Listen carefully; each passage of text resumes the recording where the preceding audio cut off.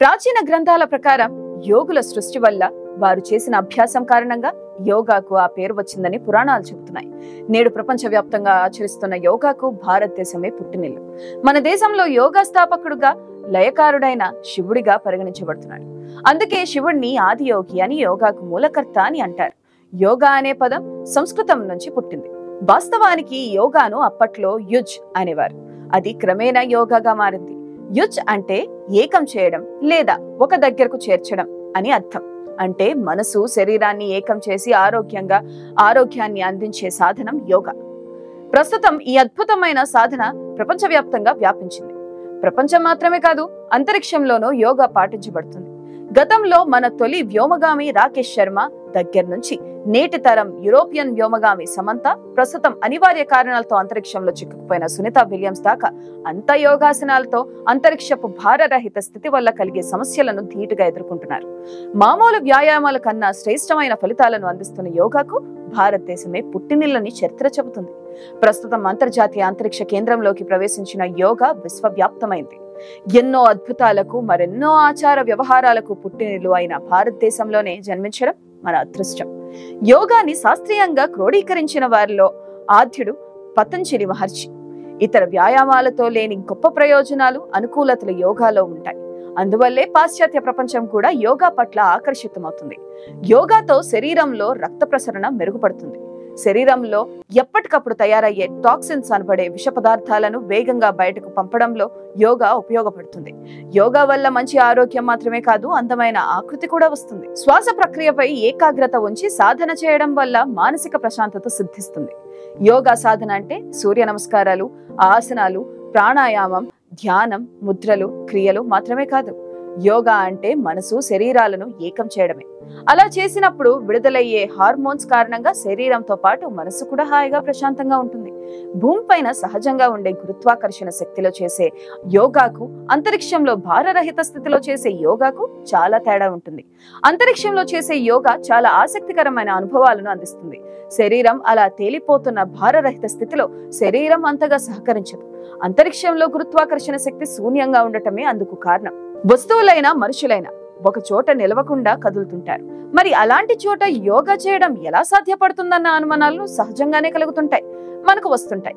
అయితే మనిషి తలుచుకుంటే ఏది అసాధ్యం కాదని, అవసరమైతే అంతరిక్షంలోనూ యోగా చేయడం సాధ్యమే అని గతంలో రాకేష్ శర్మ, మొన్న యూరోపియన్ స్పేస్ ఏజెన్సీకి చెందిన వ్యోమగామి సమంత క్రిస్టోఫర్ నేడు సునీత విలియమ్స్ నిరూపించారు.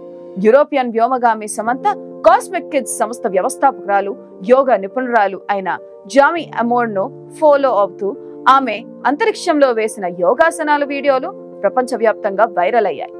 యోగా చేయాలంటే సౌకర్యవంతమైన ప్రదేశం, అనువైన వాతావరణం ఉండాలని అనుకుంటారు.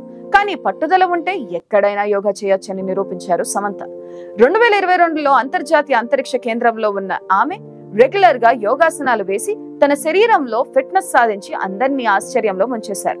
ఎప్పుడూ కదిలే పరిస్థితిని నివారించేందుకు ఆమె ఎలాస్టిక్ బ్యాండ్ ను ఉపయోగించింది.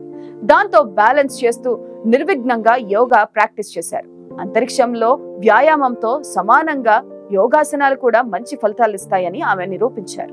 కాస్మిక్ కిడ్స్ అనే యోగా ప్లాట్ఫామ్ ద్వారా ఆ సమయంలో అంతరిక్షంలో ఉన్న సమంత సంస్థ వ్యవస్థాపకురాలు జామీ అమోర్ తో ఆన్లైన్ ద్వారా కనెక్ట్ అయ్యారు.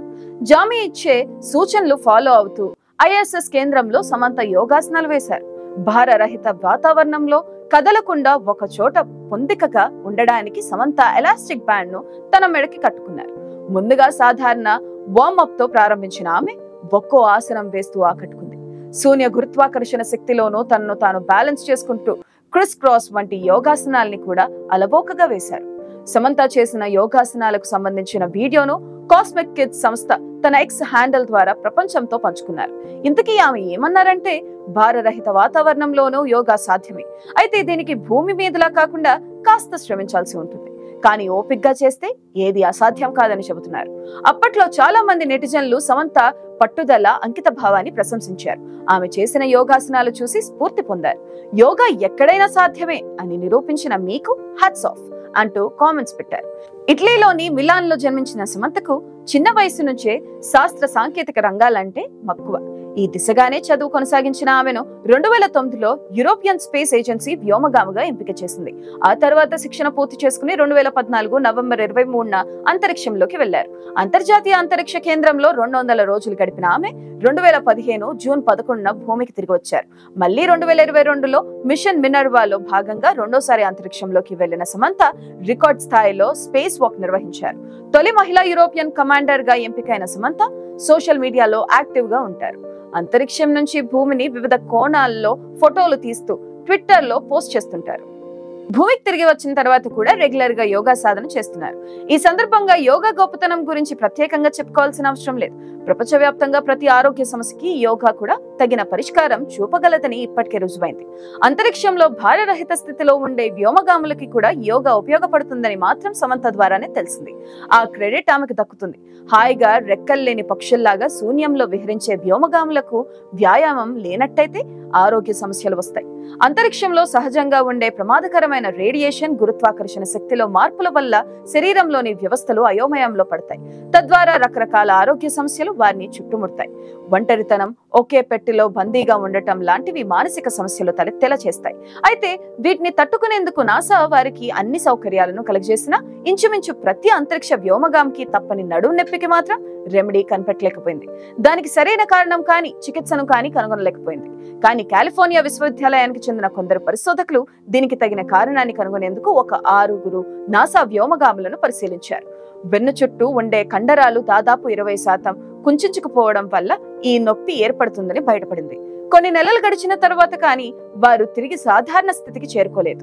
అయితే ఈ సమస్యకు యోగా నుంచి మంచి పరిష్కారం లభించింది. దాంతో వ్యోమగాములు అంతరిక్షంలో గడిపినప్పుడు వారి దినచర్యలో భాగంగా యోగాను చేర్చింది నాసా. గతంలో 1-2 నెలలు అంతరిక్షంలో గడిపేసి వచ్చే రోజులు పోయాయి. ఇక ముందు ఏళ్ల తరబడి వారు అంతరిక్షంలో ప్రయాణించాల్సిన అవసరాలు రానున్నాయి. మరి శరీరంపై ఎలాంటి ప్రభావం లేకుండా చేసేందుకు యోగా వారికి సాయపడుతుందని శాస్త్రవేత్తలు చెబుతున్నారు. దీంతో యోగా ఇప్పుడు విశ్వవ్యాప్తం అవనుందంటే భారతీయులకు అంతకంటే గర్వకారణం మరి ఏముంటుంది?